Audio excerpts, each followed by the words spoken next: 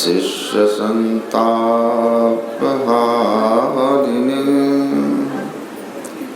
सच्चिदानंद रूपाय रामाय गुरवे नमः।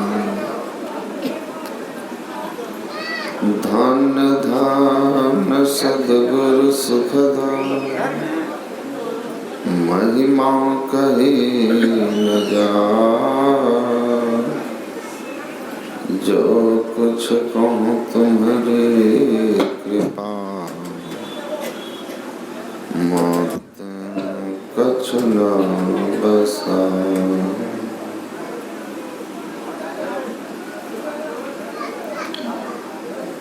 सम्माननीय साधु समाज, परमादरणीय सत्संग प्रेमी महानुभाव, धर्मानुरागिनी माताओं एवं धर्मशीला बहनों,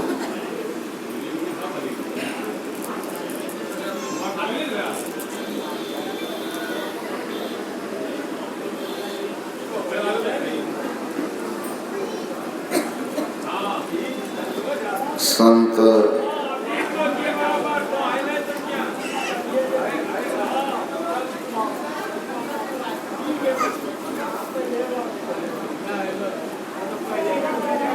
की महिमा को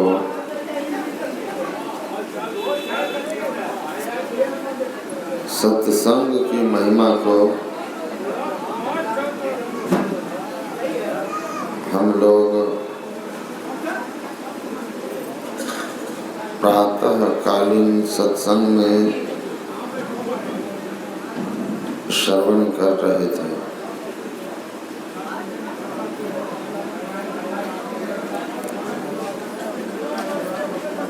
भगवान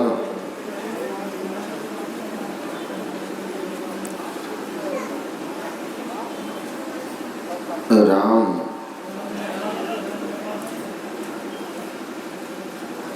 ने अपने प्रजाजनों को उपदेश देते हुए कहा,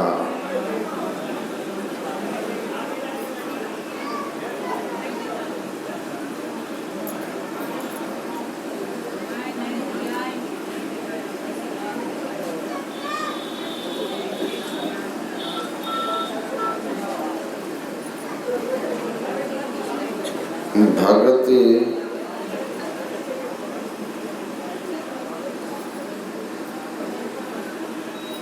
स्वतंत्र सकल सुख खानी, बिनु सत्संग न पावहि प्राणी। पुण्य पुंज बिनु मिलहि न संता, सत्संगति संसृति कर अंता।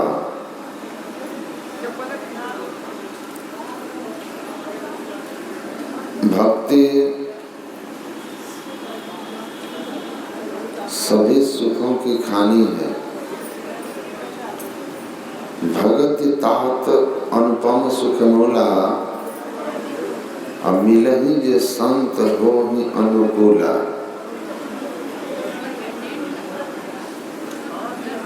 सभी सुखों की खान परमात्मा की भक्ति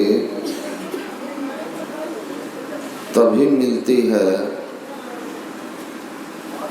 जब हमें संत की कृपा प्राप्त होती है। बिना संत की कृपा के भक्ति नहीं मिलती और बिना ईश्वर की कृपा के संत नहीं मिलते। गिरिजा संत समागम सम न लाभ कछुआन, बिनु हरि कृपा न होहि सो गावहि वेद पुराण। हरि की कृपा होती है तो संत मिलते हैं। और संत की कृपा होती है तो ईश्वर की भक्ति मिलती है, और ईश्वर की भक्ति मिलने से हमारे जीवन के सारे दुख चले जाते हैं। गोस्वामी जी कहते हैं, भव सागर की नाव शुद्ध संतन के चरण, तुलसीदास प्रयास बिनु मिलहि राम दुख हरण। भव सागर की नाव शुद्ध संतन के चरण। भव सागर एक सागर है जल से भरा हुआ। अगर सागर के दूसरे ओर के देशों के यात्रा पर हम जाते हैं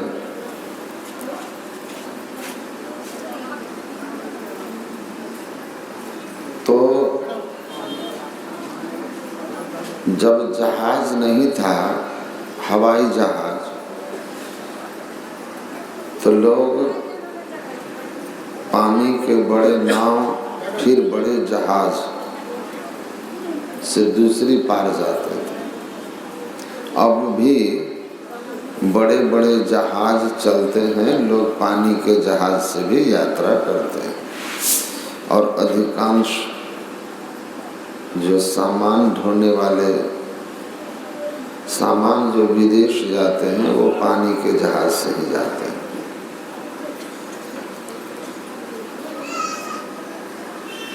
तो समुद्र को पार करने के लिए जहाज है, लेकिन एक और सागर है जिसको भव सागर या संसार सागर कहते हैं। संसार वार्धि तरतुम, इस संसार को एक भयंकर समुद्र कहा।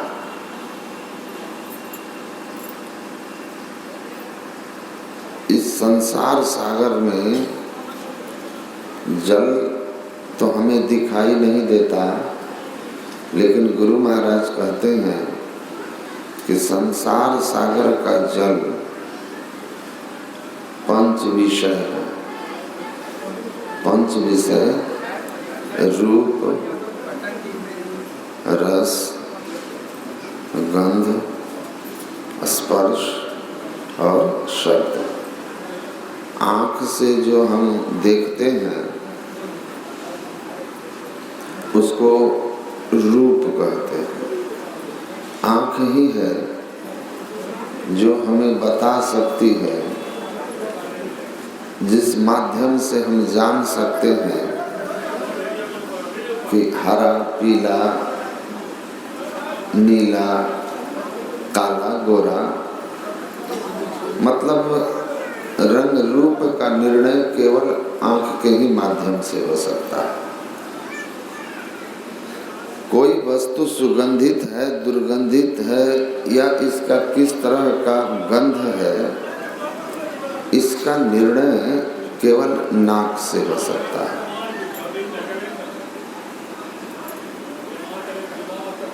किस प्रकार का शब्द बोला जा रहा है, क्या बोला जा रहा है, कौन सी भाषा बोली जा रही है, अच्छे बुरे शब्द,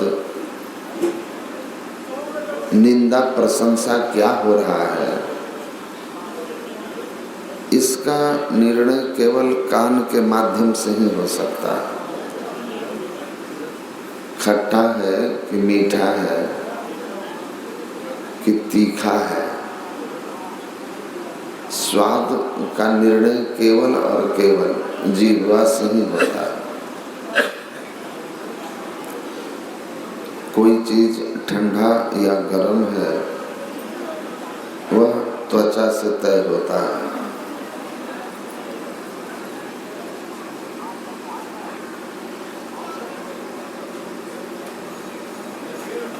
हमारे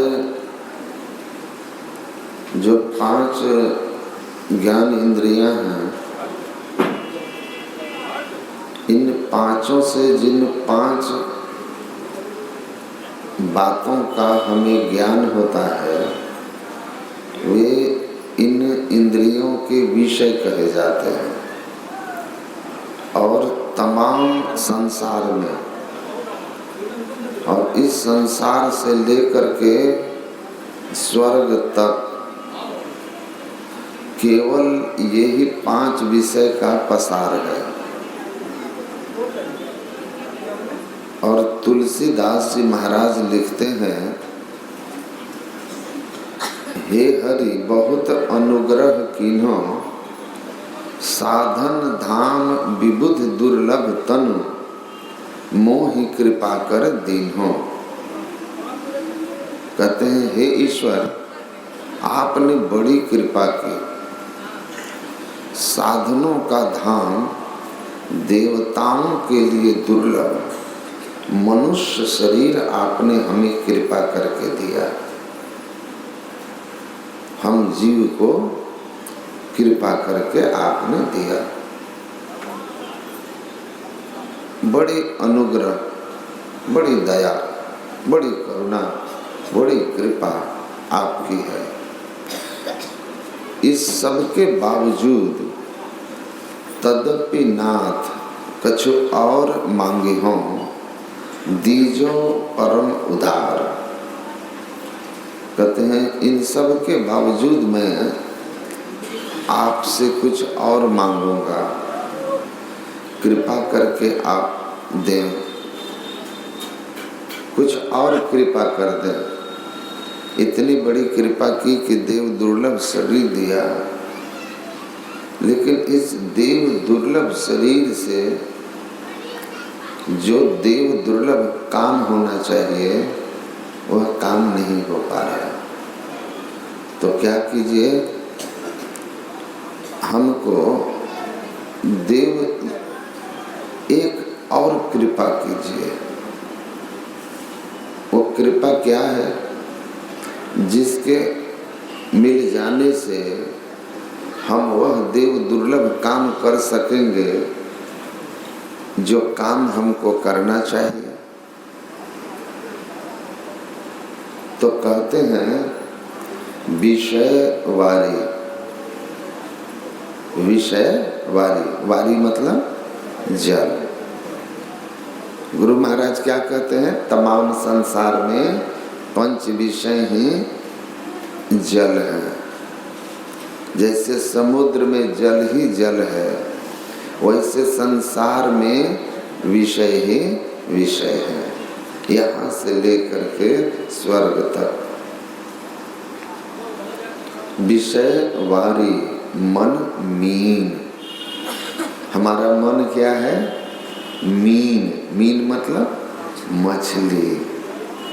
विषय वारी मन मीन, भिन्न होत पल एक। देखिए, मछली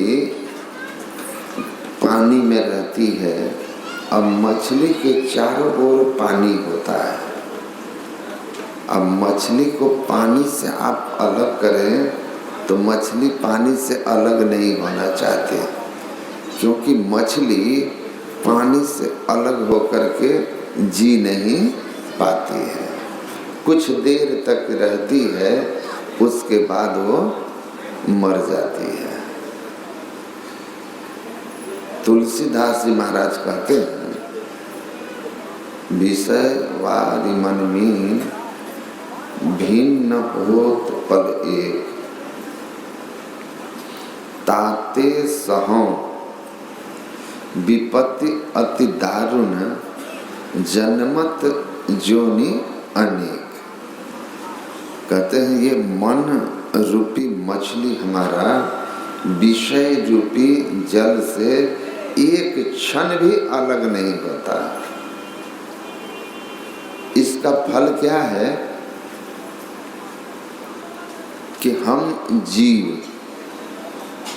अनेक योनियों में भ्रम जन्म और मरण का दुख भोगते हैं और अनेक कष्ट सहते हैं।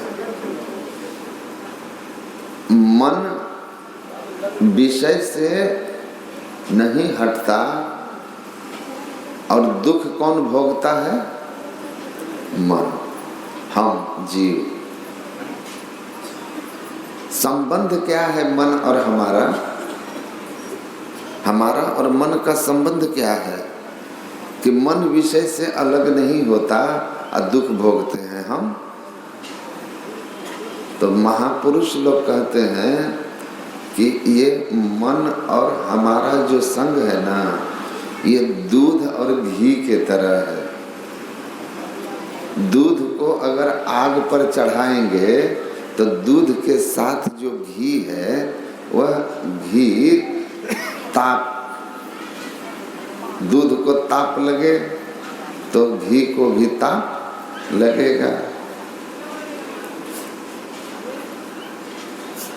और दूध को फ्रिज में डाल दिए तो घी भी फ्रिज में, क्योंकि दूध और घी का संबंध एकदम घुला मिला है।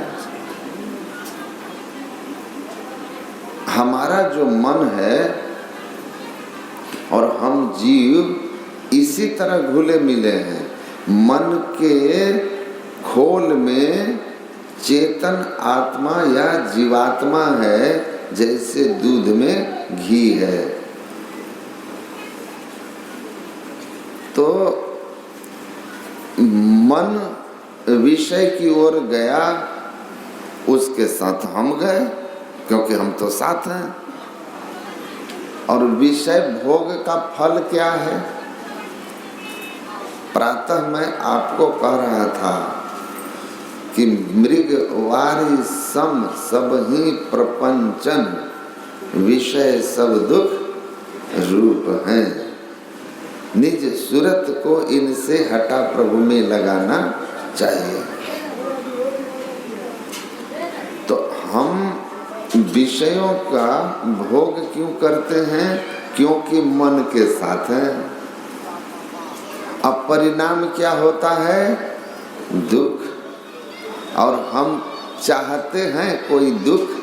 कोई नहीं। अब न चाहकर भी दुख भोगना पड़ता है, क्योंकि हमारा मन जो है वो विषय भोग में लगता है। मन विषयों की ओर जाता है, इंद्रियों को प्रेरित करता है और उनको विषय की ओर भेजता है। परिणाम में जीव को दुख होता है। ये बड़ा अजीब खेल है। तो संत लोग क्या कहते हैं? मन मरे जई है डूबी के हो, मानिक परखे सोई। अब अगर घी को दूध से अलग करना है तो कुछ विशेष काम करना होगा। अपने आप दूध घी से अलग नहीं होता। संत लोग कहते हैं कि दूध को घी से अलग करने के लिए मथना पड़ता है। ज्यों दूध के मथन से निकसत है घी, जतन से तिमि ध्यान के लगन से पार ब्रह्म लो निहारा। कबीर साहब कहते हैं, दूध को मथ करी घृत न्यारा किया, बहुरी फिर तत्व में ना समावे। दूध को एक बार मथ करके अलग कर दीजिए और फिर दूध में डालिएगा तो दूध के ऊपर रह जाएगा। फिर वो अब कितनों कोशिश करके घी को दूध में मिलाइएगा, नहीं मिलेगा। एक बार निकल गया तो निकल गया। उसी तरह हमारे शरीर में जो चेतन आत्मा है, इस चेतन आत्मा को ध्यान के द्वारा जब आप शरीर के आवरणों से मुक्त कर लेंगे तो फिर यह शरीर में नहीं फंसेगा। कहे कबीर यूं संत निर्भय हुआ, जन्म और मरण की मेटी फेरी। ताते सहो विपत्ति अति दारुण, क्योंकि मन में फंसे हुए हैं। कहते हैं आपको इस मन को मथना होगा और मथ करके चेतन आत्मा रूपी घी को बाहर करना होगा।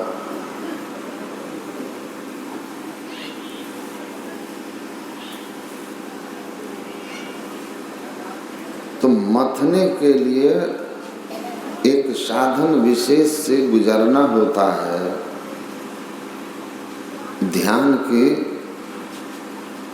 ध्यान साधना करनी होती है, जिससे हम मन से चेतन आत्मा को अलग कर लेते हैं, तो मन मर जाता है।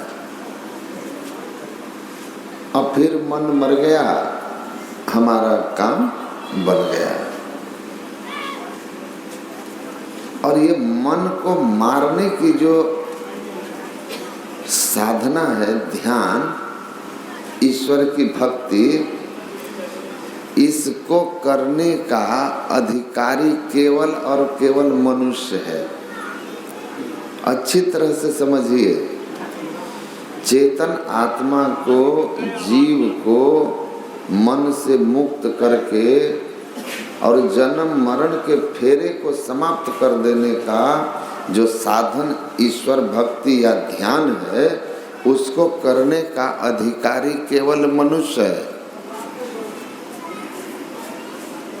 मनुष्य के अतिरिक्त कोई योनि, कोई शरीरधारी जीव मुक्ति का अधिकारी नहीं, क्योंकि वे साधना के अधिकारी नहीं। और इसलिए आप महर्षि वाल्मीकि और भगवान राम के संवाद में सुना कि वाल्मीकि जी महाराज ने भगवान श्री राम को कहा, यह जो संसार है एक तमाशा है, जग पेखन तुम देख निहारे, विधि हरि शंभु नचाव निहारे, और न जानहि मरम तुम्हारे, तेव न जानहि मरम तुम्हारे, और तुम्हि को जान निहारे, असो जानहि जेहि देहु जनाई जानत तुम्हि हो जाए। देखिए अब कितना गंभीर बात है। महर्षि वाल्मीकि भगवान को कहते हैं कि यह संसार एक तमाशा है और आप इस तमाशा के दृष्टा हैं, देखने वाले हैं। ब्रह्मा विष्णु महेश, विधि हरि शंभु नचाव निहारे। ब्रह्मा विष्णु महेश को भी नचाने वाले आप डायरेक्टर हैं। अतएव न जानहि मरम तुम्हारे, और वे ब्रह्मा विष्णु महेश भी आपके मर्म को नहीं जानते, ईश्वर के मर्म को नहीं जानते। और तुम्ही को जान निहारे, और तुम्हें कौन जान सकता है? केवल और केवल वही जानेगा जिसे आप जानना चाहेंगे अपना स्वरूप।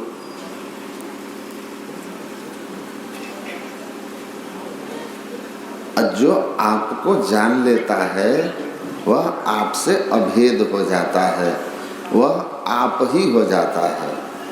जैसे नदी समुद्र में मिल करके समुद्र हो जाती है। यथा नद्यः समुद्र, यथा नद्यः समुद्र माने गच्छत, यथा नद्यः समुद्र माने गच्छति नाम रूपे विहाय, तथा विद्वान नाम रूपात् विमुक्तः परात् पर पुरुष मुपैत दिव्यम। जिस तरह नदी सागर में मिलती है तो फिर नदी की अपनी स्थिति नहीं रहती, केवल सागर रहता है। उसी तरह जब यह जीव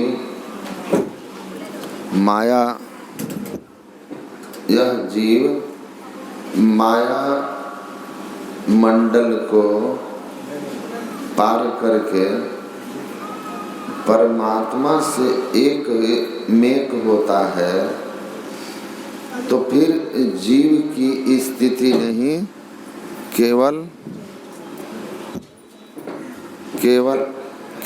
और केवल परमात्मा की स्थिति रहती है। अर्थात वह जीव स्वयं को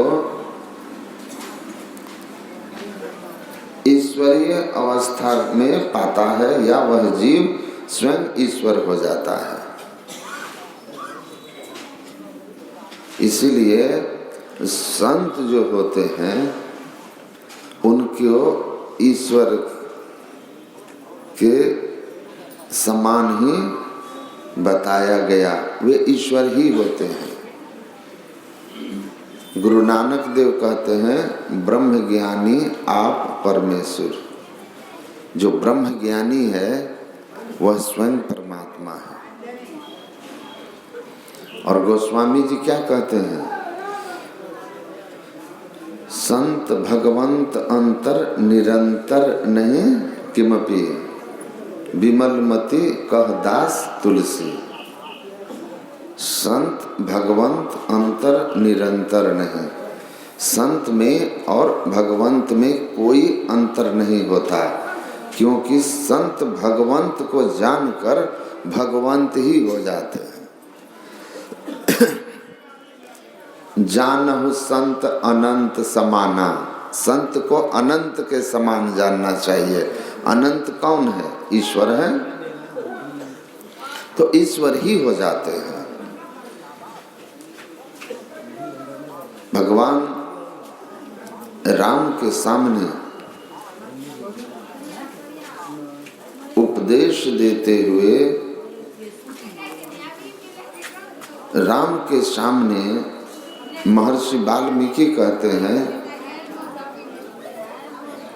कि यह संसार तो तमाशा मात्र है। जिस तमाशा के आप रचनाकार हैं, बनाने वाले हैं, ब्रह्मा विष्णु महेश को भी नचाने वाले हैं, और वे भी आपकी महिमा को नहीं जान पाते। अब विचारिए, जिस ईश्वर की महिमा को ब्रह्मा विष्णु महेश नहीं जान सकते हैं, उस ईश्वर की महिमा को, उस ईश्वर के स्वरूप को, उस ईश्वर की स्थिति को कौन जान सकते हैं? मनुष्य जान सकते हैं। इसलिए जो मनुष्य साधना करके ईश्वर को अनुभव कर लेते हैं, वे संत होते हैं। और उन संत के दर्शन के लिए गोस्वामी जी कहते हैं, विश्व उपकार हित व्यग्र चित्त सर्वदा त्यक्त मद मन्यो कृत पुण्य राशि यत्र तिष्ठन्ति तत्रैव अज सर्वहरि सहित गच्छन्ति क्षीरादिवासी।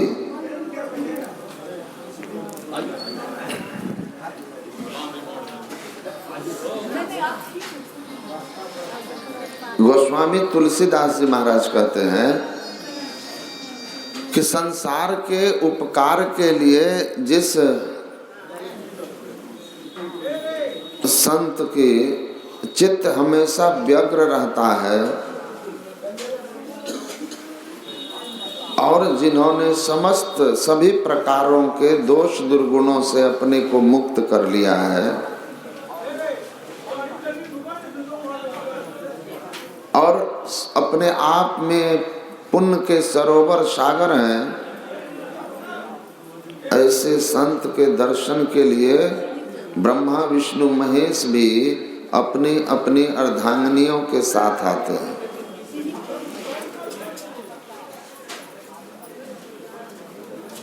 यह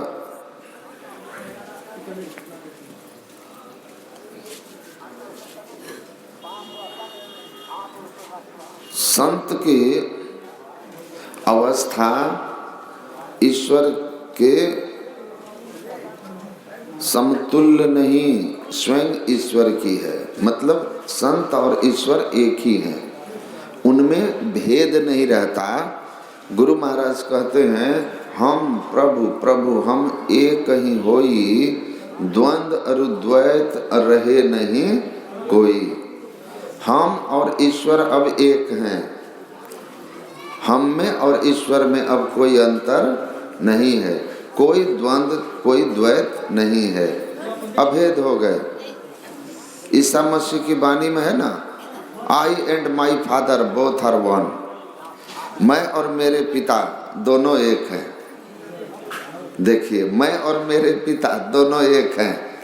बाप बेटा एक होगा, लेकिन अध्यात्म है ये। यह जीव पुत्र है क्योंकि परमात्मा से उत्पन्न हुआ है। भगवान कृष्ण कहते हैं ममे वांशे जीव लोके जीव भूता सनातना, मेरा ही सनातन अंश शरीर में जब रहता है तो जीव कहलाता है। तो अंशी पिता है, अंश जो है पुत्र है। परमात्मा अंशी है और जीव अंश है। और ये पिता और पुत्र का जो भेद है, यह इस संसार में कभी खत्म होता है? कभी नहीं होता। लेकिन अध्यात्म में पिता और पुत्र का भेद समाप्त हो जाता है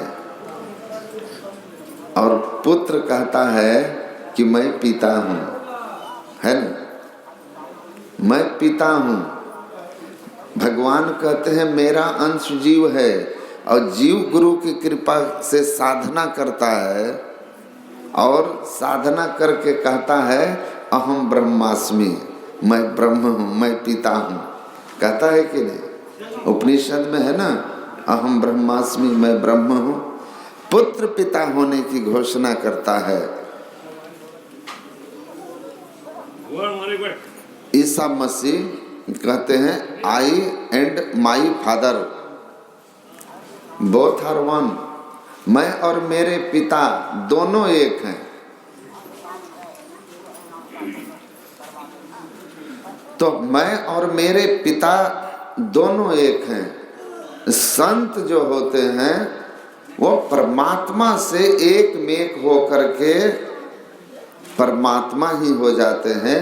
उनका अलग उनकी स्थिति नहीं रहती है। नदी का सागर से मिलन हो करके सागर ही होता है। नदी की फिर स्थिति उस वह जल जो सागर में मिल गया वह अब सागर कहलाता है, सागर कहलाता है। तो जीवात्मा परमात्मा को प्राप्त करके परमात्मा हो जाता है, अपनी घोषणा करता है कि मैं ब्रह्म हूँ, अहम ब्रह्मास्मि। और मैं ब्रह्म की अनुभूति करने वाला जो जीव है, अब वह शिव है, वह संत हम लोगों को भी प्रेरित करते हैं कि तत्त्वमसि, तुम भी वही हो, तुम भी वही हो, पर तुम अनुभव नहीं कर पा रहे हो। तुम अनुभव नहीं कर पा रहे हो इसलिए कि अभी घटतम प्रकाश व शब्द पत्र जीव पर हैं छा रहे। हम पर अंधकार प्रकाश और शब्द का माइक आवरण होने के कारण हम अनुभव नहीं कर पा रहे हैं कि I and my father both are one, मैं और मेरे पिता दोनों एक हैं।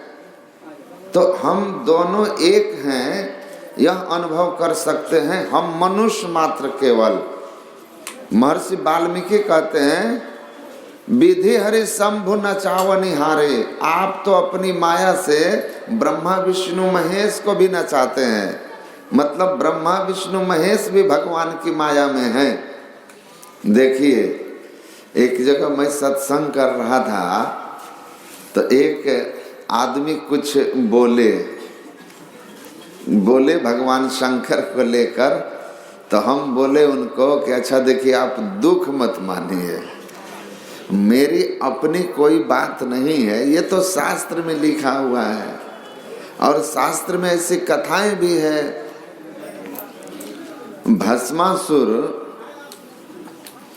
भस्मासुर जब वरदान पाया कि जिसके सिर पर हाथ रख दें वह जल के भस्म हो जाएगा, भगवान शिव ने कहा कि जिसके सिर पर हाथ रखोगे जल के भस्म हो जाएगा। तो भस्मासुर ने सबसे पहला किनके ऊपर आजमाइश किया? नहीं, शंकर के ऊपर। शंकर के ऊपर देखिए, भगवान शंकर के ऊपर ही उसने पहला प्रयोग करने की इच्छा किया और कहा कि सबसे पहले आपके वरदान की जांच कर लूं कि जो आप दिए वो सही है कि नहीं। तो वो अपना हाथ बढ़ाते हैं भगवान शंकर के माथे पर रखने के लिए और भगवान शंकर भाग चलते हैं। तो गुरु महाराज ने कहा है इस प्रसंग पर कि भगवान शंकर भागे क्यों? इसका मतलब है कि भगवान शंकर का शरीर भी भस्म हो सकता है।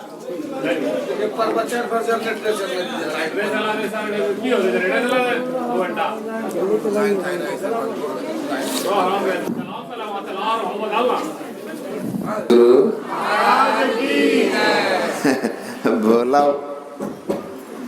भगवान शंकर भागे, इधर लाइन भी भाग गया। क्या बात है। देखिए मेरा कहने का भाव है कि भगवान जो हैं, ईश्वर जो हैं, वो अविनाशी हैं, उनका नाश नहीं होता है। भगवान भोलेनाथ का भागना बताता है कि उनका नाश होता है, तभी भागे। तो जो ज्ञान है वो बड़ा दुर्लभ है, बड़ा दुर्लभ ज्ञान है।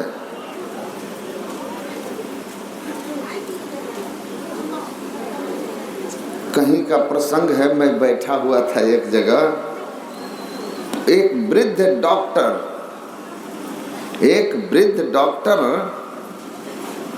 के पास बैठा हुआ था, दूसरे स्टेट की बात है। वो हमको पूछते हैं, मेरे बगल में बैठे हुए थे, वो हमको पूछे कि Swami ji which God do you worship? आप कौन से भगवान की पूजा करते हैं? कौन से भगवान की पूजा करते हैं? मैंने उनसे पूछा sir how many God do you know? Sir आप कितने भगवान को जानते हैं? How many God should be? कितने भगवान होने चाहिए? कितने भगवान होने चाहिए? तो देखिए वो फिर उनको महसूस हुआ कि हम गलत सवाल पूछ दिए कि कौन सा भगवान, क्योंकि तभी पूछा कितने भगवान। कितने भगवान? आप लोग कितने भगवान को जानते हैं? कितने भगवान होना चाहिए? भगवान कितने हैं?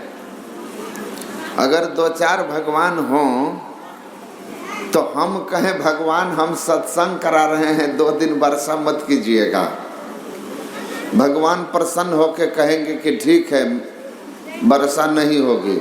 और दूसरा भगवान को आपने मना लिया कि भगवान खेत में बीज डाले हैं वर्षा कर दीजिए, तो दूसरा भगवान वर्षा कर देंगे, फिर हमारे और आपके भगवान में लड़ाई हो जाएगी कि मेरे भक्त को मैंने कहा वर्षा नहीं होगी चंपानगर में, और तुम कह रहे हो कि तुम अपने भक्त के लिए वर्षा करोगे, तो भगवान में लड़ाई हो जाएगी ना। तो भगवान कितने हैं? भगवान एक हैं, है ना, ईश्वर एक हैं। जब मैंने उनसे कहा कि how many God do you know and how many God should be, कितने भगवान होने चाहिए, तो देखिए वो हमको कहते हैं गॉड शुड बी वन, भगवान एक होना चाहिए, भगवान एक होना चाहिए। तो फिर कितने भगवान क्यों? इसका मतलब कि भगवान के लेकर के वो कन्फ्यूज्ड थे, अपर थे डॉक्टर। इसका मतलब समझिए आप कि आप डॉक्टर हो सकते हैं और किसी मेडिकल कॉलेज के वे बड़े डॉक्टर थे, लेकिन भगवान के बारे में उनकी समझ जो थी वो सही नहीं थी, स्पष्ट नहीं थी, क्योंकि वो अध्यात्म विद्यालय में नहीं पढ़े थे, वो किसी महर्षि में ही परमहंस जैसे संत के स्कूल में जाकर एडमिशन नहीं लिए थे, इसलिए उनको नहीं मालूम था। तब मैंने कहा कि God should not be one, God must be one, God is one. ईश्वर एक होने चाहिए नहीं, एक ही ईश्वर हैं, and that only God I worship. और उसी एक दैट वेरी, वही एक भगवान की मैं पूजा करता हूँ, वही एक भगवान। तो वो एक ईश्वर जिसने संपूर्ण सृष्टि को बनाया और 84 लाख योनियों की रचना की, उसमें देव योनि भी एक योनि है, और ब्रह्मा विष्णु महेश उसी देव योनि में ईश्वर कोटि के देवता हैं, अर्थात वे भी ईश्वर निर्मित हैं। और ईश्वर निर्मित जो भी है, ईश्वर के द्वारा जो भी बनाया गया है, जो उपजे सो बीन से, जो बना है वो बिगड़ेगा, ये जान लीजिए। जिसकी उत्पत्ति हुई है उसका नाश भी होगा, उसका नाश भी होगा। इसीलिए गोस्वामी जी ने लिखा है कि जब मसक करहि बिरंच प्रभु अजहि मसकते हीन, अस विचार तज संशय राम ही भजहि प्रवीण। चतुर व्यक्ति, बुद्धिमान व्यक्ति, समझदार व्यक्ति, कैसा चतुर, कैसा समझदार? अध्यात्म विद्या को जानने वाला, ईश्वर के ठीक ठीक मर्म को समझने वाला, वह ब्रह्मा विष्णु महेश आदि के स्थिति को जानता है, समझता है कि ये कहाँ हैं और इनकी पूजा अर्चना से क्या मिलने वाला है। तो वो उस सनातन अविनाशी अनंत ईश्वर की उपासना करते हैं, उसका ठीक ठीक भेद जानते हैं सद्गुरु। तो सद्गुरु के पास जाकर के वह इस ज्ञान को पाते हैं, क्योंकि बिना गुरु भाव निधि तरई न कोई, जौ विरंच शंकर सम होई।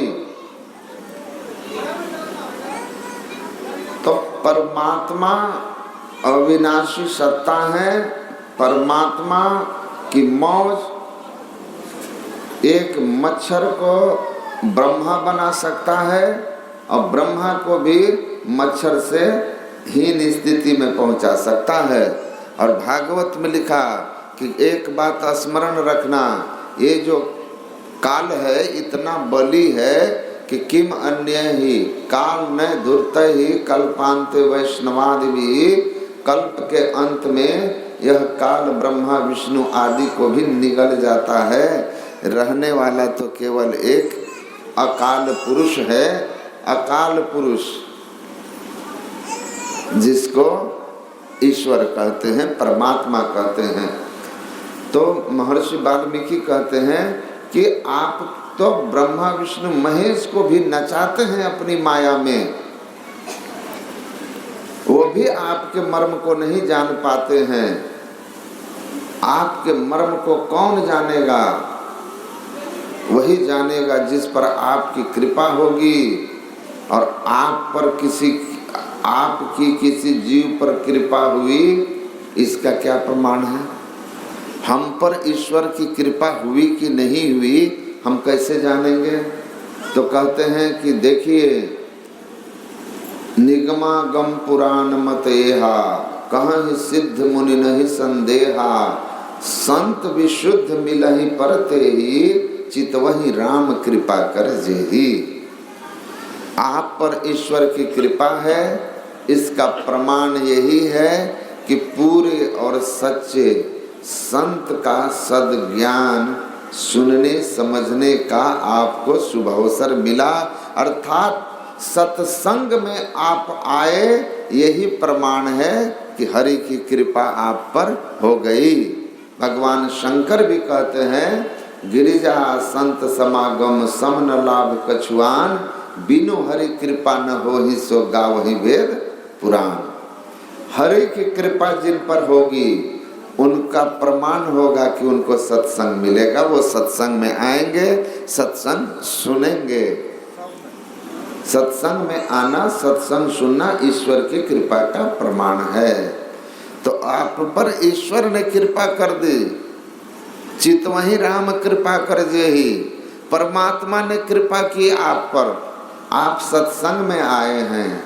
अब यहाँ से आपको अपने पर कृपा करनी होगी। अब आप स्वयं पर कृपा कीजिए, क्योंकि ईश्वरीय कृपा से मनुष्य शरीर मिला, ईश्वरीय कृपा से सत्संग भी मिला। अब खुद की कृपा से सद्गुरु खोजना पड़ेगा। करी सत्संग गुरु खोज करिए, चुनिए गुरु सच्चा। ये कौन चुनेगा? हमको चुनना है ना। सद्गुरु को हमको चुनना है सत्संग करके, और समझना है, ठीक ठीक समझना है कि भक्ति किनकी करनी है और भक्ति कैसे होगी। कहीं ऐसा न हो कि ब्रह्म चिन्हे नहीं, भरम पूजत फिरे, हिय कि नैन क्यों फोर डारी। कबीर साहब कहते हैं, कहीं ऐसा न हो कि ब्रह्म के जगह भ्रम अर्थात माया की पूजा में आप लगे रहें। जो स्वयं परमात्मा की माया से मोहित होकर नाचने वाले हैं, कहीं उनके भक्ति में फंस करके आप अपना इस अनमोल जीवन को व्यर्थ तो नहीं गंवा दिए? अपने इस जीवन को व्यर्थ तो नहीं गंवा दिए? इशारों को समझो तो बहुत बात है ना। जिसको स्वयं भगवान नचा रहे हैं, किनको नचा रहे हैं? जो ईश्वर कोटि के देवता हैं, उनके लिए कहा, विधि हरि शंभु नचाव निहारे, तेऊ न जानहि मरम तुम्हारे, और तुम ही को जान निहारे। तो संत कबीर कहते हैं कि आप ध्यान रखना इस बात का कि ब्रह्म के जगह कहीं भ्रम की पूजा तो नहीं हो रही। एक छोटी सी बात है, एक बार मुझे पटना सत्संग के कार्यक्रम में जाना था। इंटरसिटी एक्सप्रेस में हम बैठे हुए थे, सुबह खुलती है। यहाँ वाली इंटरसिटी नहीं, कटिहार वाले में थे। तो जब ट्रेन बरौनी पहुँची, एक महिला कटिहार में ही चढ़ी थी, गले में पूरा सोने का जेवर जेवरात, उनके पूरा जेवर पहनी हुई थी। बातचीत से पता चला कि वो पटना किसी शादी में जा रही है, बख्तियारपुर जा रही थी किसी शादी में पटना से पहले। आप ही बताइए, मेरे सामने आके, खिड़की के सामने मैं था, खिड़की के सामने मेरे सामने एक लड़का बैठा हुआ था, उसके बगल में ये बैठी, खिड़की पर लड़का था और लोग आके बैठे। तो मेरे मन में आया कि आजकल ऐसा समय है, चोर उचक्के चेन झपटने वाले तो भागलपुर में भी घूमते हैं। तो ये इस तरह से जा रही है, ये तो कोई इसका जेवर लेके भाग जाएगा। अपना रख लेती, बाद में पहनती, शादी में जाकर पहनती, है भी अकेले।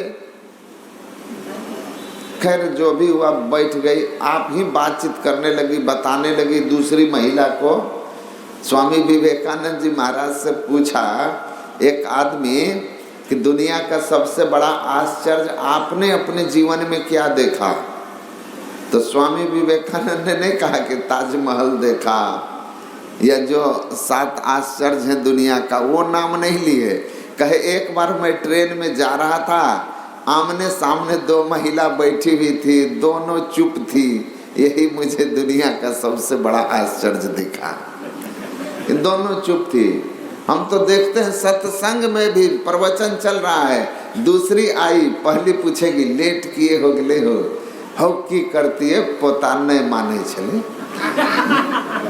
पहले फाइनल करेगी लोग, अरे पहले सुन लो, बाद में पूछ लेना क्यों लेट हुआ, लेकिन नहीं, पहले बातचीत करके तब फिर हमारी ओर ध्यान देते हैं लोग।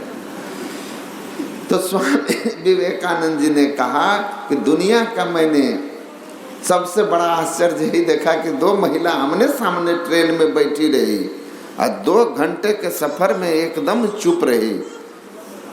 एकदम सही है। बैठते ही देखिएगा कि तुरंत आपस में बातचीत हो करके पूरे खानदान का परिचय दे देता है लोग कि तुम कहाँ से हो, तुम कहाँ से हो, कहाँ जाओगे, मायके किधर, सब बात। तो वो महिला अपने आप दूसरी महिला से बताने लगी शादी में जा रहे हैं, भतीजा की शादी है, ऐसे है वैसे है, पति क्यों नहीं आ पाए, वो 2 दिन बाद आएंगे, छुट्टी नहीं थी। ये अपना गपशप करते जा रहे हैं। एक नौजवान लड़का अप डाउन करता था, आगे एकदम उसके गले को देखते उधर जाए और फिर उधर से गला देखते आए। इस तरह से क्रम चलता रहा। कुछ देर के बाद 3 घंटे 4 करीब ट्रेन चली, टीटी भी आए, टिकट भी चेक किए, सब लोग टिकट दिखाए। वो लड़का जो अप डाउन करता था वो उसका भी टिकट देखा, उसने भी टिकट दिखाए। हम लोग पहुंच गए। वो बगल वाले लड़के से पूछे कहाँ जाओगे, तो बोला हमको बरौनी जाना है। गर्मी का समय था। ये पॉकेट मार समझ गया, ये जो घूम रहा था ना, ये पॉकेट मार था। ये समझ गया कि बरौनी में लड़का उतरेगा तो ये खिड़की के पास बैठेगी, पक्का सट जाएगी, तुरंत खिड़की पकड़ेगी, गर्मी का समय है, उसके बाद इसका चेन मारेंगे, नीचे से झपट के भागेंगे। एकदम सही यही हुआ।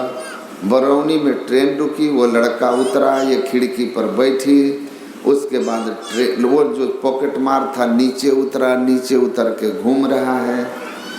ट्रेन जब खुल गई तब वो दौड़ना शुरू किया ट्रेन पर चढ़ने के लिए, ट्रेन पकड़ने के लिए दौड़ने लगा। दौड़ते हुए आया, मतलब ऐसे दौड़ रहा जैसे आगे जाके पायदान पकड़ेगा, और ट्रेन थोड़ी सी तेज हुई, दौड़ते हुए आया। और जैसा गोस्वामी जी कहते हैं, जे जेहि कला कुशलता को सदा सुलभ सुखकारी, जो जिस कला में कुशल रहता है उसके लिए बड़ा सुलभ रहता है। एक झटके में आकर के खिड़की के सामने उसके गले का चेन खींच लिया, खींच करके भाग गया। अब भागा तो भागा भागा भागा, सब चिल्ला रहे हैं। ट्रेन तेज हो चुकी थी, ट्रेन प्लेटफॉर्म से बाहर, चोर भी प्लेटफॉर्म से बाहर। अब देखिए, अब हम लोग भी थे, हमारे मुंह से भी निकला कि आपको तो हम कटिहारे में कहने वाले थे कि बहन जी चेन अंदर कर लीजिए, इतना भारी भरकम चेंज। अब बगल वाली कहती है 2-2.5 भर से कम का नहीं होगा बहन जी, आपका तो गया 70-80 हजार। तो कोई कुछ, सब लोग दुख विपता सुनाने लगे वो महिला कहती है आप लोग हमको इतना उपदेश क्यों दे रहे हैं? कहा अरे इतना महंगा चेन चला गया आपका, आपको नहीं पहनना चाहिए था, वहीं पहनते। वो कहते हैं बस 150 का रोल्ड गोल्ड था, काहे के लिए टेंशन ले। हम जो है ना उस महिला को लेकर के चिंता हमको पहले हो रही थी कि बेचारी का इतना महंगा चेन चला गया, दुखी होगी, अब पति जानेंगे तो ऊपर से अलग गुस्साएंगे, अलग गुस्साएंगे। कोई बहुत बड़े घर की है नहीं, वरना इस तरह से हम लोगों के साथ क्यों जाती जनरल में, ये तो सुपर एसी में जाती। लेकिन जैसे उसने कहा कि ये तो 150-200 का रोल्ड गोल्ड था, काय के लिए टेंशन लिए हैं, हमको अब पॉकेट मार की ओर से चिंता होने लगी। अब हम पॉकेट मार को लेके चिंतित हो गए कि आहा देखिए बेचारे को 60 रुपया का टिकट लेके 3 घंटे तक उसने परिश्रम किया है, योजना बनाई है, अप डाउन किया, योजना बनाया, जान को जोखिम में डाल करके चलते ट्रेन से चेन मारा, पकड़ा जाता तो अलग पिटाई, गिर जाता तो जान जाती। और ये चेन मारा के निकला है कि कम से कम 50,000 में तो बिकेगा। अब जब जाके सोनार को दिखाया होगा, जब दिखाएगा और सोनार कहेगा कि भाई साहब ये रोल्ड गोल्ड है, हम तो फ्री में ना लें, तो उस पर तो वज्रपात हो जाएगा, वज्रपात हो जाएगा। तो हम लोग भी ठीक से समझ लें। कबीर साहब कहते हैं ब्रह्म चिन्हे नहीं अब भरम,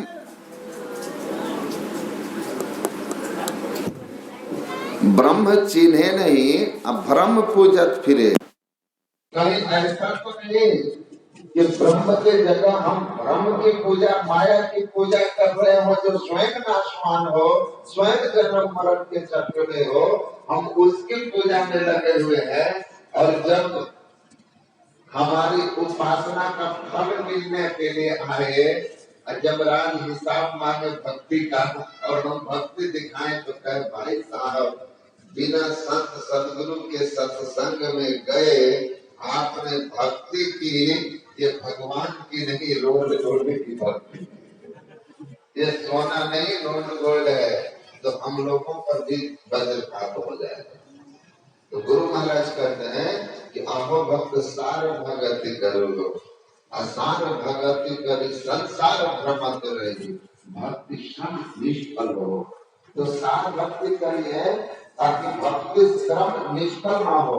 और सार भक्ति मत कीजिए, ठीक ठीक समझिए कि ईश्वर के लिए क्या धर्म शास्त्र में लिखा है, ईश्वर के लिए संतों ने क्या कहा है। वाल्मीकि महर्षि कहते हैं कि विधि है शंभु नचाव निहारे, जो ईश्वर हैं उनकी महिमा इतनी है कि ब्रह्मा विष्णु महेश को भी अपनी माया से मोहित करते रहते हैं, उनको भी नचाते रहते हैं। और ये ब्रह्मा विष्णु महेश भी परमात्मा की महिमा को, परमात्मा के स्वरूप को, परमात्मा की लीला को नहीं जान पाते, परमात्मा को नहीं पहचान पाते हैं। कौन पहचानता है?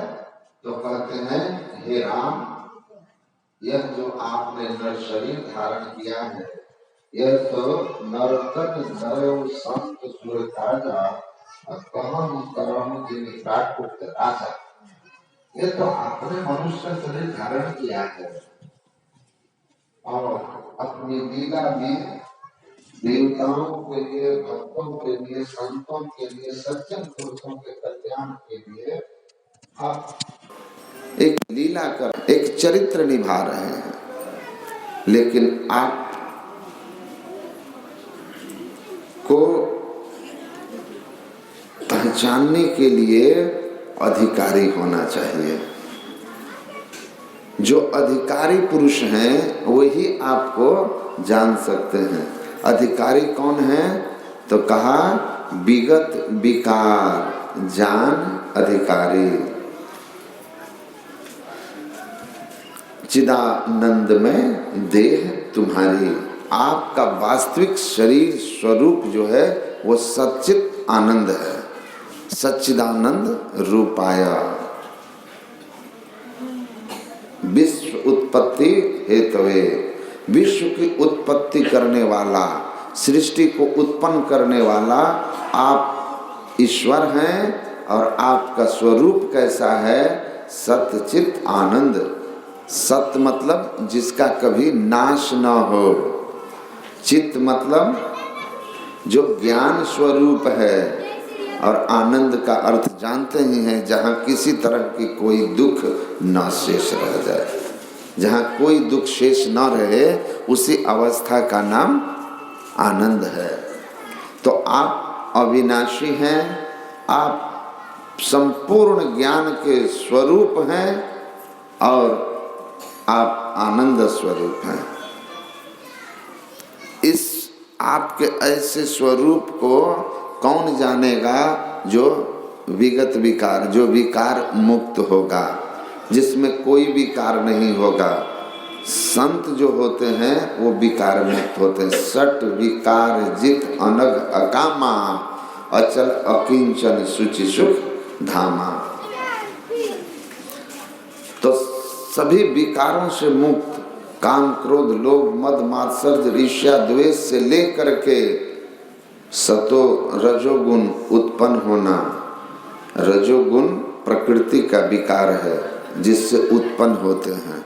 सतोगुण प्रकृति का विकार है जिससे हम संसार में कुछ काल ठहरते हैं। तमोगुण प्रकृति का विकार है जिससे हम नाश को प्राप्त होते हैं। हम, मेरा मतलब शरीर से है। तो उत्पन्न होना, ठहरना और नष्ट होना, ये तीनों गुण प्रकृति के हैं। और जब तक इन तीन गुण के घेरे में रहेंगे तब तक आप काम क्रोधादि विकार के भी फेरे में रहेंगे। तो तीन गुण से जो भी ईश्वर का अंश आवरणित है वह अधिकारी नहीं है जो ईश्वर को जान सके। जो तीन गुण से मुक्त है वही ईश्वर को पहचान सकता है। भगवान कृष्ण कहते हैं, मेरा सनातन अंश जीव या पुरुष जब प्रकृति के आवरण में रहता है, तीन गुणों के संग में रहता है, तो इस तीन गुण के संग के कारण उसमें प्रकृति के दोष पाए जाते हैं। उन दोषों के कारण उससे प्रभाव में उससे अच्छे बुरे कर्म होते रहते हैं, जिसके कारण उसको संसार चक्र में घूमना पड़ता है। पुरुषो प्रकृतिस्थो ही भुंक्ते प्रकृति जान गुणान कारणम गुण संगस्यो सदस्य जोनि जन्मसु। ऊंच नीच जोनियों में जन्म का कारण जीव का गुणों का संग होना है, उसके कारण उसमें विकार प्रकट होता है। तो ये सतरज तम तीन गुणों का प्रभाव जो है कहाँ तक है? जहाँ तक प्रकृति का पसार है। अब प्रकृति का पसार कहाँ तक है? गुरु महाराज कहते हैं महाकारण मंडल, जिसको साम्यावस्था धारणी मूल प्रकृति कहते हैं। अर्थात साम्यावस्था धारणी मूल प्रकृति को बिना पार किए कोई अधिकारी नहीं हो सकता, कोई आत्मदृष्टि को प्राप्त नहीं कर सकता जिससे परमात्मा की पहचान हो सके। कह दरिया जिन केवल जाना, सोई नर साहिब पहचाना। जब निज ज्ञान गमी कर देखा, अविगत ज्योति दृष्टि में देखा। जो कैवल्य दशा में गया, कैवल्य दशा का अर्थ होता है कि चेतन आत्मा अपने आप में स्थित हो जाए। दूध से घृत को मथ करके न्यारा कर दिया, तो चेतन आत्मा जो है वह अभी जड़ के चार आवरण में है, स्थूल सूक्ष्म कारण और महाकारण। इन चारों जड़ावरण से पार हो करके तब कैवल्य दशा आती है, तब आत्मदृष्टि होती है। हम लोग जो मनुष्य शरीरधारी या अन्य शरीरधारी हैं संसार में, स्थूल दृश्यमय जगत में, उन पर चारों जड़ावरण हैं, लेकिन जो देवी देवता ब्रह्मा विष्णु महेश आदि हैं, उन पर केवल 3 जड़ावरण है। हम में एक स्थूल शरीर का जड़ावरण अधिक है, उन पर 3 ही है। उन पर स्थूल नहीं है, सूक्ष्म कारण महाकारण है। और संत लोग कहते हैं जड़ का एक भी आवरण रहेगा तब तक आप अधिकारी नहीं हो सकते, आप अपने आप को नहीं पहचान सकते। चेतन आत्मा पर जड़ का एक भी आवरण का रह जाना उसको ईश्वर पहचानने से वंचित रखता है, ईश्वर दर्शन का अधिकारी नहीं बनने देता। इसीलिए कहते हैं कि कोई देवी देवता भी अधिकारी नहीं, हम केवल मनुष्य हैं जो 4 जड़ावरण में रह कर के भी पूरे और सच्चे सद्गुरु की सदयुक्ति से साधना करेंगे तो हम अपने आप को एक एक करके सभी जड़ावरण से निकालेंगे। जड़ावरण से निकलेंगे, मन के खोल से निकलेंगे। अब मैं प्रारंभ में ही कहा था, जैसे जहाँ जहाँ मन वहाँ वहाँ चेतन, क्योंकि चेतन और मन का संबंध दूध और घी की तरह है। इसीलिए कबीर साहब कहते हैं मन मरि जई है डूबी के हो मानिक परखे सोई। मन कहाँ मरेगा? महापुरुष लोग कहते हैं मन से मुक्त हो जाइए, नहीं तो ये मन जो है विषय बारी मन मीन भिन्न हो तो पल एक ताते सहो विपत्ति अति दारुण भरमत जोनी अनेक। मन के साथ चेतन आत्मा रहेगा तो स्वाभाविक विषयों की ओर उसका खिंचाव होगा, और उस खिंचाव के कारण हम विषयों की ओर जाएंगे। और विषाद विषम किम विषय समस्तः, विषय विष से बढ़कर के विष विषय है, और विषय में जब तक जाएंगे मन हमारा विषयों की ओर होगा, इंद्रियां हमारी विषयों के लिए लालायित बनी रहेगी, तब तक हम विषय सब दुख रूप हैं, दुख को ही भोगेंगे। इसलिए गुरु महाराज कहते हैं अंतर पथ चालो प्रभु को पालो, प्रभु बिन नहीं विश्राम। तो प्रभु को पाना है तो विषयों से विमुख होना होगा। अधिकारी बनना है तो अपने आप को मन से, इंद्रियों से और प्रकृति के समस्त जड़ावरणों से मुक्त होना होगा। और ऐसा जो होगा वही अधिकारी होगा। मनुष्य ही एकमात्र ऐसा शरीरधारी प्राणी है ईश्वर के 84 लाख योनियों में, जिसके अंदर ईश्वर की दी हुई व्यवस्था है कि वह अपने अंदर के मार्ग पर चल करके सभी जड़ावरण से छूटकर अधिकारी हो सकता है। यह व्यवस्था किसी मनुष्य के इतर शरीरधारी में नहीं है, देवताओं में भी नहीं है। इसीलिए गुरु महाराज कहते हैं केवल नर ही तन से मुक्ति को पावहु, याते यातन दुर्लभ मुक्ति कमावहु। मनुष्य शरीर से ही केवल और केवल मुक्ति हो सकती है, दूसरे किसी शरीर से मुक्ति नहीं हो सकती। दूसरा कोई शरीर परमात्मा के स्वरूप को आत्मदृष्टि प्राप्त करके पहचानने का अधिकारी नहीं है। तो हम परमात्मा को पाने का अधिकारी बने, इसके लिए सद्गुरु से सदयुक्ति लेकर साधन करें और ईश्वर के स्वरूप को ठीक ठीक जाने, और ईश्वर के जगह किसी माया की भक्ति में ना फंसें। माया की भक्ति में ना फंसें। माया जो भी उत्पन्न हुआ है उसका नाश होगा। 84 लाख योनियों में सब हैं, जितना का नाम लिया, जो जो नाच रहे हैं, केवल अविनाशी सत्ता ईश्वर है। उसको जानने के लिए अवश्य ही प्रारंभ में किसी अवतारी का या किसी संत का, जहाँ आपकी श्रद्धा हो या जो गुरु बता दें, उस नाम रूप का सहारा लिया जाता है। याद रखिए, नाम रूप की महिमा को ठीक से समझिए। नाम रूप कोई भी मूर्ति, गुरु महाराज से किसी ने पूछा था कि आप मूर्ति पूजा को मानते, आप मूर्ति को मानते हैं? तो गुरु महाराज ने जवाब दिया, हाँ मैं मूर्ति को मानता भी हूँ और नहीं भी मानता हूँ। तो कहा दोनों एक साथ कैसे?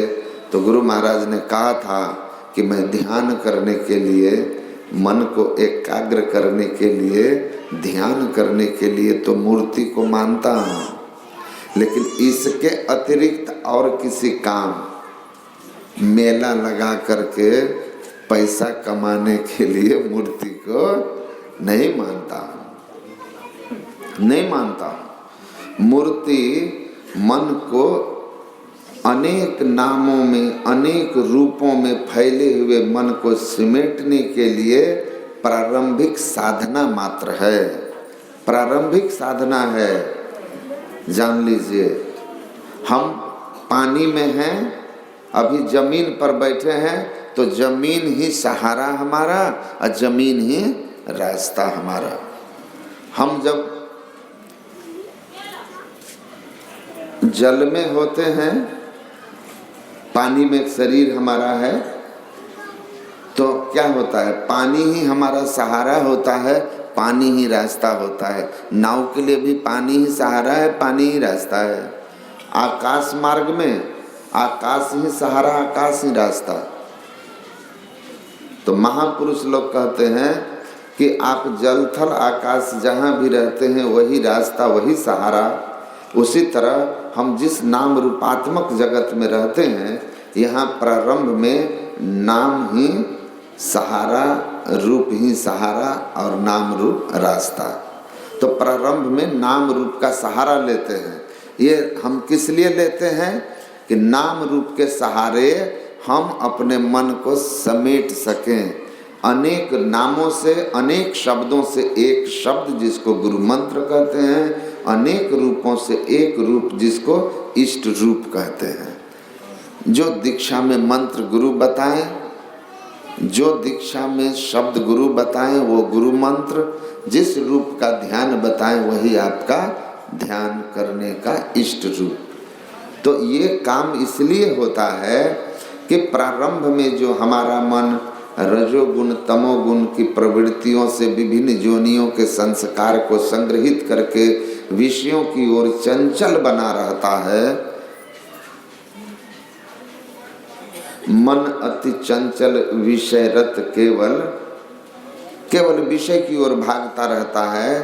उस विषयों की ओर चलायमान मन को रजोगुण तमोगुण की प्रवृत्तियों से ऊपर उठाने के लिए, हम संस्कार को सात्विक करने के लिए खूब श्रद्धा और लगन से प्रारंभ में उसी नाम रूपात्मक जगत में फंसे हुए मन को नाम रूप का सहारा देकर सात्विक करते हैं। जैसे ही मन सात्विक हो गया, इनका प्रथम अभ्यास कर श्रुत शुद्ध करना चाहिए। मन जब शुद्ध हो गया, सात्विक हो गया, तब ये उड़ान भरेगा। हवाई जहाज पहले धरती के सहारे कुछ दूर चल कर के अपनी चाल बनाता है और तब उसके बाद आकाश में उड़ान भरने की क्षमता उसमें आती है, सीधे उड़ेगा। पहले दौड़ता है ना धरती पर, वैसे ही हमारा मन पहले नाम रूपात्मक जगत में नाम रूप का सहारा लेकर के अपने अंदर उड़ान भरने वाली सात्विक ऊर्जा भर लेता है। सात्विकता जैसे मन में आती है, तब गुरु की बताई सदयुक्ति से जब दृष्टि योग की साधना करेंगे तो सात्विक अवस्था में पहुंच करके तब दृष्टि की युगल धारों को मध्य में गुरु की युक्ति से जब आप केंद्रित करने की कोशिश करेंगे तो केंद्रित होने लगेगा, सिमटने लगेगा, आप भीतर की गति करने लगेंगे। और जैसे ही पूर्ण सिमटाव हुआ, समझिए इतनी शक्ति आपने जमा कर ली है कि प्लेन की तरह अब धरती छोड़ दीजिएगा। दृष्टि की युगल धारें एक हुई, एक बिंदुता पर पहुँचे, समझे हवाई जहाज पर बैठे और अब बिंदु नाद अगुवाई तुम ही ले जाएंगे, हरे हरे में ही चेतन ज्योति मंडल सन्नाद की सैर कराएंगे। समझिए आप उड़ गए आप। तजो पिंड चढ़ जाओ ब्रह्मांड ही वीर हो, पेलो दृष्टि सुषमन दृष्टि शिष्ट जो तीर हो, बिंदु नाद अगुवाई तुम ही ले जाएंगे, अरे हरे में ही ज्योति मंडल सन्नाद की सैर कराएंगे। कहते हैं कि बैठे ने रास्ता काटी चलते ने बाट न पाई, है कुछ रहनी गहनी की बाता बैठा रहे चला पुनी जाता। जो चलता रहा यहाँ वहाँ उसको परमात्मा की ओर जाने का रास्ता नहीं मिलेगा। आज शरीर को पहले बैठाओ, आज शरीर बैठ गया उसके बाद मन भी जिसका चलता रहा उसको भी परमात्मा की ओर जाने का रास्ता नहीं मिलेगा। पहले तन थीर तब मन थीर, तन को थीर कीजिए, मन को थीर कीजिए। तन की थीर तो आप आराम से बैठ के कर लीजिएगा, लेकिन मन को थीर कोई बिना संत सदगुरु के सदयुक्ति के नहीं कर सकता। बिना युक्ति के तन को बैठा लीजिएगा तो मन क्या होगा, माला हाथ में ले लिया अब बैठ गए जप करने की, मन थिर कर लें। लेकिन कबीर साहब कहते हैं माला कर में सूरत न हर में, है ना, मन थिर नहीं होगा। माला तो कर में फिरे, जीभ फिरे मुख माही, मनवा तो दहु दिस फिरे, यह तो सुमिरन नाही। सुमिरन सूरत लगाई के मुखते कछु न बोल, अब बाहर के पट बंद कर भीतर का पट खोल। सांझ भये गुरु सुमिरो भाई, सूरत अधर ठहराई, सुखमन सूरति लगाई के सुमिरो, मुहते रहु चुपाई। ये युक्ति है कि किस तरह वृत्ति को मध्य में रख करके जब जप करते हैं तो मध्य में वृत्ति रहती है तो मन जप में रहता है। बाईं दाईं वृत्ति गई तो या तो नींद आएगी या मन दहु दिश फिरेगा।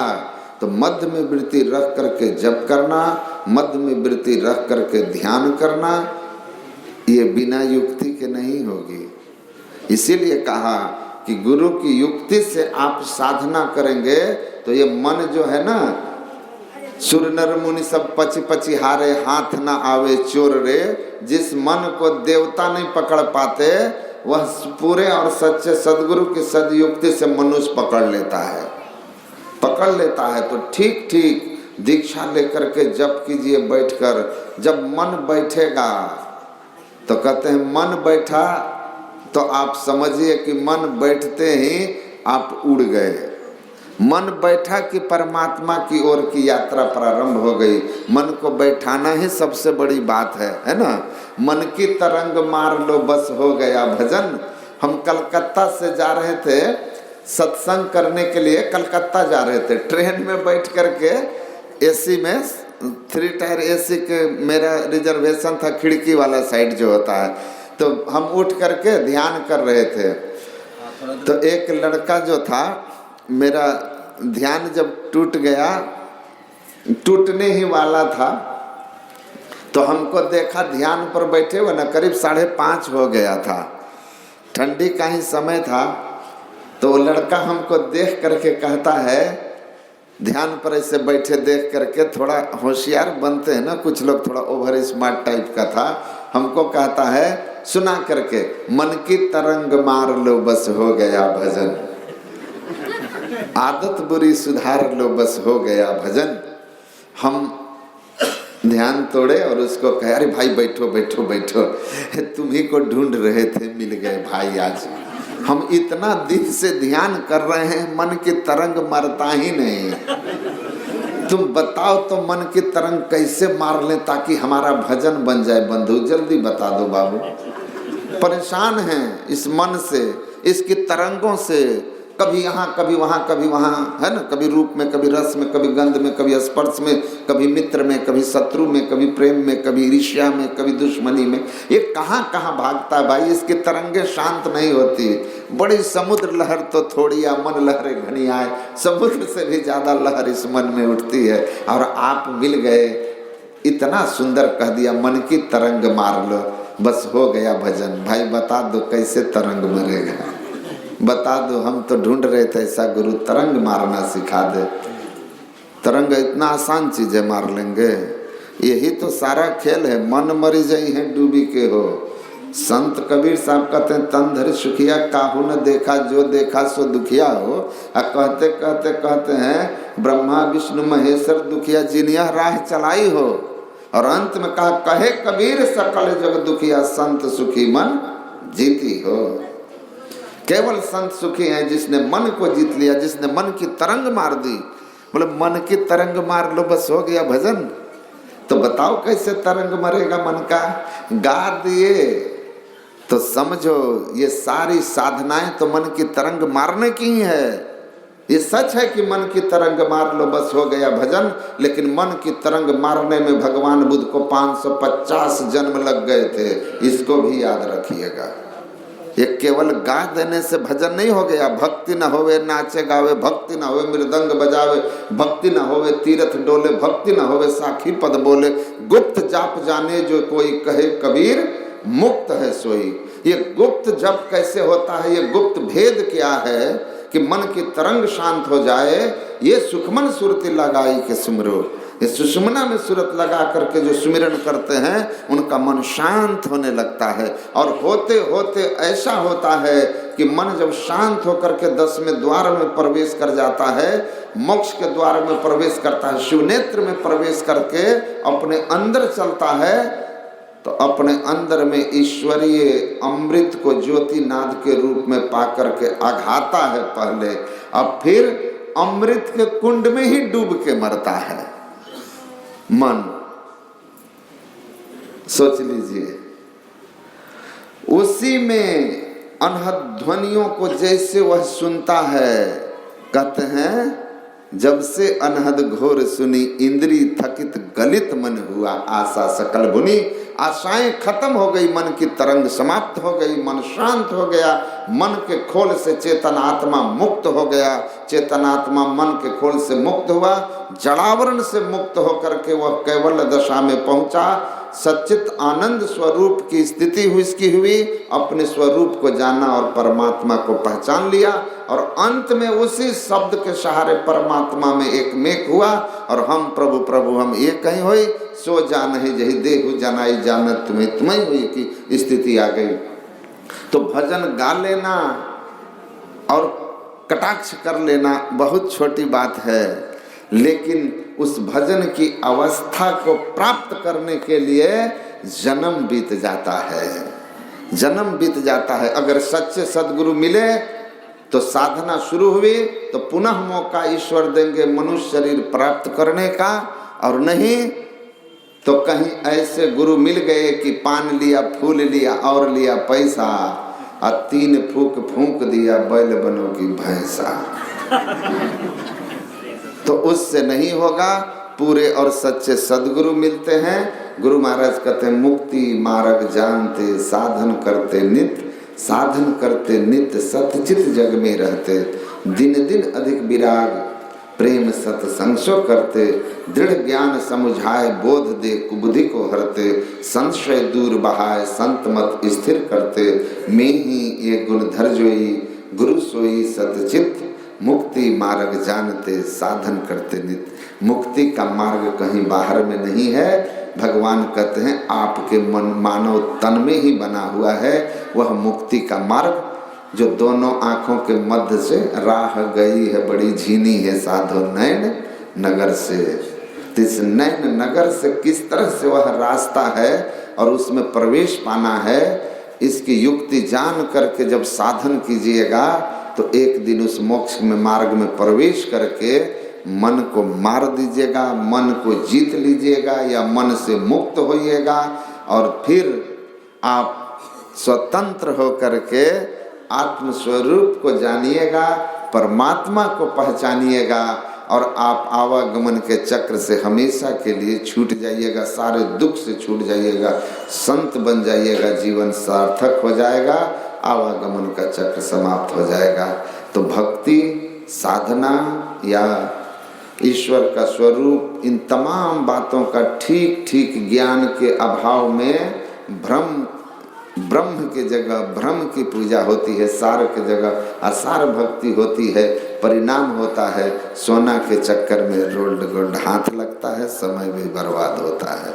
तो ठीक ठीक समझिए, साधन कीजिए, खान पान को पवित्र रखना, अपने बुद्धि विचार को पवित्र रखना, संसार में सुचाचार सदाचार में रहना, ध्यान भजन करते हुए संसार का काम करना चाहिए, क्योंकि इस जीवन के बाद भी जीवन है, तो यह जीवन हमारा ऐसा हो कि यह तो सुखमय हो ही, इस जीवन के बाद का भी जो जीवन का ख्याल करते हैं, गुरु महाराज कहे वही ज्ञानी हैं। गुरु महाराज ने कहा कि जो इस जीवन के बाद के जीवन का ख्याल नहीं करते, उसके लिए सदाचार, ईश्वर भक्ति, ध्यान, सत्संग नहीं करते, उनकी उम्र भले मेरी उम्र की हो 85 साल, उस समय गुरु महाराज की उम्र 85 साल होगी, उम्र हो 85 साल की, लेकिन मैं उसको कोरा बालक समझता हूँ। अब बालक ही हो 10 साल का नचिकेता, ध्रुव, प्रहलाद की तरह, लेकिन परलोक संवारने के लिए ईश्वर भक्ति का साधन थोड़ा थोड़ा समय निकाल के करता है, तो मैं उसको परिपक्व मानता हूँ, वृद्ध मानता हूँ। तो ज्ञान वृद्ध बनिए, उम्र वृद्ध बन गए, अज्ञान वृद्ध नहीं बन पाए, तो समझिए कि अब की चूक माफ ना होगी। परमात्मा ये दुर्लभ शरीर देकर क्षमा नहीं करेंगे, फिर उसी ओर जाएंगे जिस ओर से अनेक योनियों में लाखों करोड़ों वर्ष तक दुख भोग कर मनुष्य शरीर में आए हैं। तो ईश्वर की कृपा होती है, मनुष्य शरीर मिलता है, ईश्वर की कृपा होती है, संत और सत्संग मिलते हैं, जीव को अपने आप पर कृपा करनी होती है, तो वह दीक्षा शिक्षा ले करके अपना परमार्थ बनाता है। बोलिए श्री सद्गुरु महाराज।